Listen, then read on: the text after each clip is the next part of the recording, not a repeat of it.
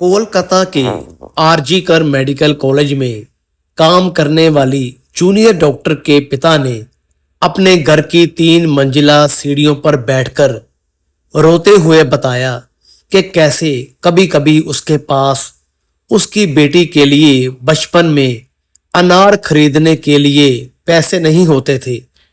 उन्होंने कहा कि जब मेरी बेटी छोटी थी तब हमारी आर्थिक हालत काफी ठीक नहीं थी।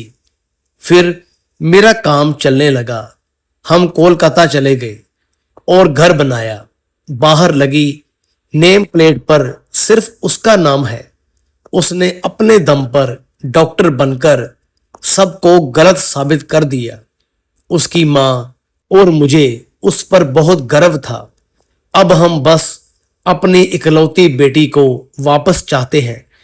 डॉक्टर की माँ का कहना है कि उन्होंने अपनी बेटी से आखिरी बार 8 अगस्त की रात 11:15 बात की थी। माँ ने बताया कि उस दिन उसने डिनर में चिकन लिया था।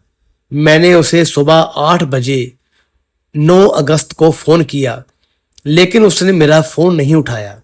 मुझे लगा कि वह काम करने में ज्यादा बिजी है। उन्होंने कहा कि मुझे नहीं पता था कि मेरी बेटी मर चुकी है। एक रिश्तेदार ने बताया कि डॉक्टर को मालदा जिले के एक मेडिकल कॉलेज में एडमिशन मिल गया था, लेकिन उसने घर के पास के ही कॉलेज को चुना। उन्होंने बताया कि 2018 में उसे एमबीबीएस की डिग्री मिली। 2022 में वह अपनी पीजी की ट्रेनिंग के लिए आरजी कर हॉस्पिटल में भर्ती हो गई।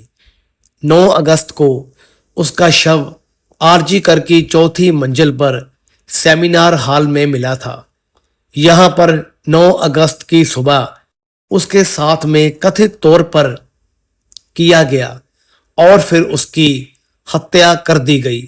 कोलकाता पुलिस ने इस सिलसिले में एक आरोपी संजय रॉय को अरेस्ट किया है।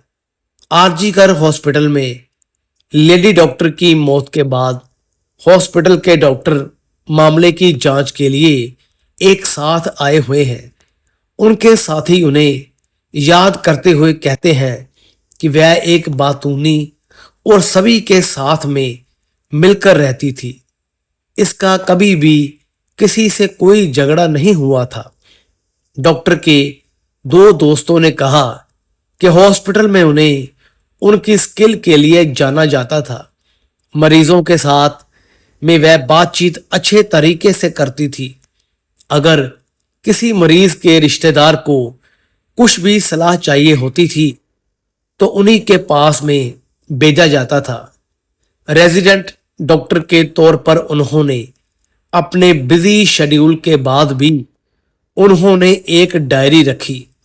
इसमें उन्होंने अपने विचारों और एक्सपीरियंस को शेयर किया। उनके साथी बताते हैं कि वो सोशल मीडिया पर भी काफी एक्टिव थी। उनकी मौत के बाद में उनका अकाउंट को हटा दिया गया है। एक साथी ने बताया कि वह अक्सर उसकी सुंदर राइटिंग की वजह से उसे चिढ़ाता था।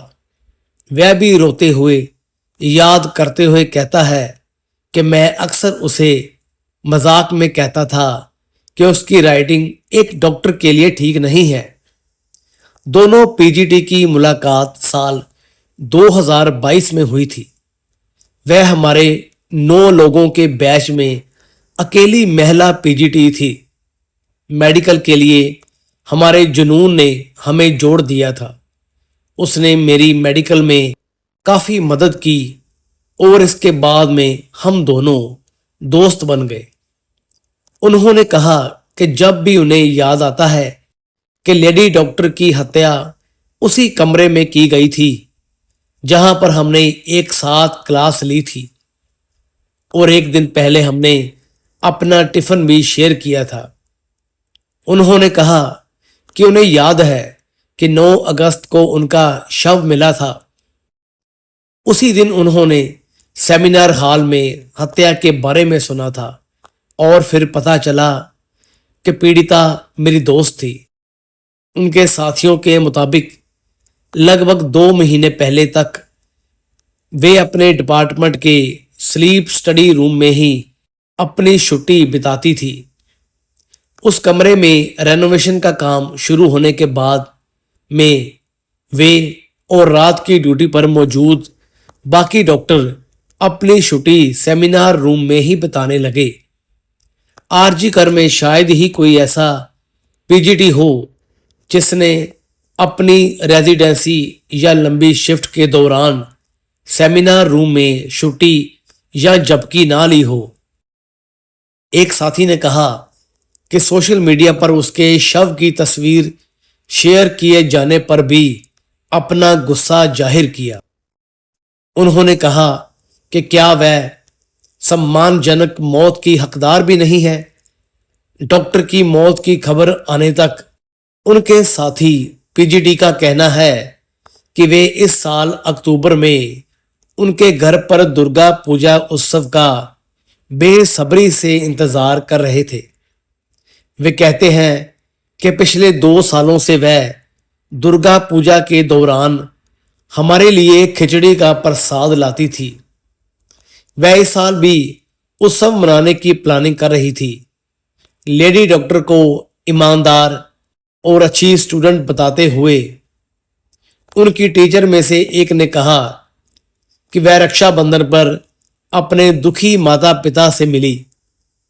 उन्होंने कहा कि वह बेहद बेहतरीन स्टूडेंट थी।